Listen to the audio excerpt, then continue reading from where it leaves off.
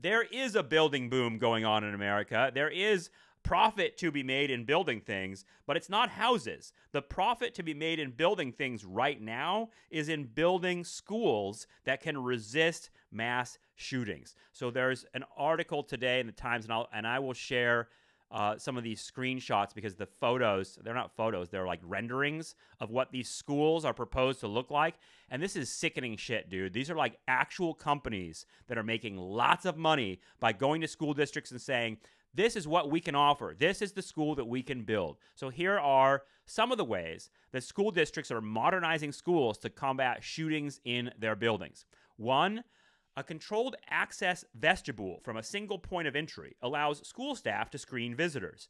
A 3-point buzzer system at the front door, just inside and in the front office, creates layers of security. So they're turning these schools, or they want to, at least the proposal here, is to turn schools into lockdown prisons beyond the sort of metaphorical prison of the homeschooler people that they've been talking about for years. They're going to turn the school into an actual prison.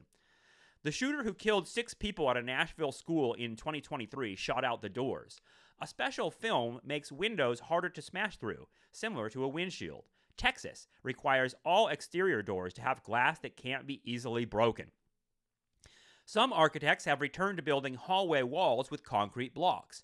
That keeps a shooter from firing through the wall and into a classroom, says David Luttrell, a principal at DAG Architects in Pensacola, Florida. Lockdown buttons in hallways summon police and automatically close hallway doors, sealing off most of the school. Doors are positioned to limit visibility from the hall, allowing students and staff to hide from view. Small vertical windows on doors also help. Classroom doors can be locked remotely using magnetic release systems. So that sounds like exactly like a maximum security prison where there's some warden who can essentially push a button and lock everybody down into these like bulletproof capsules.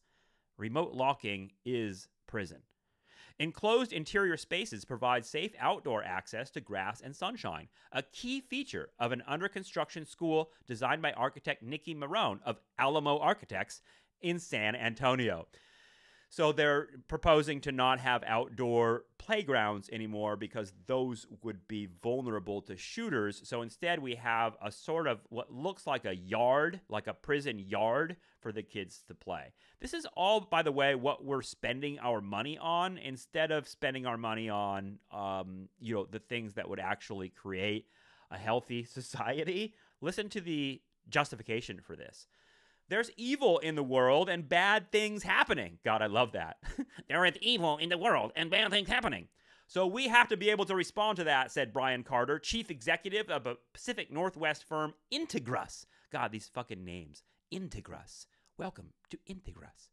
But we just need perspectives in addition to the first responder perspectives in designing for school safety.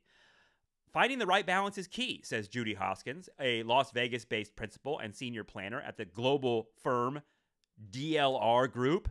Is it going to be a prison, she said, or is it going to be a school where everyone is welcome to learn? Well, that's a great question, Judy, and it's something that I think you could kind of blow up and ask about the whole country. Is it going to be a prison, or is it going to be a place where everyone is welcome?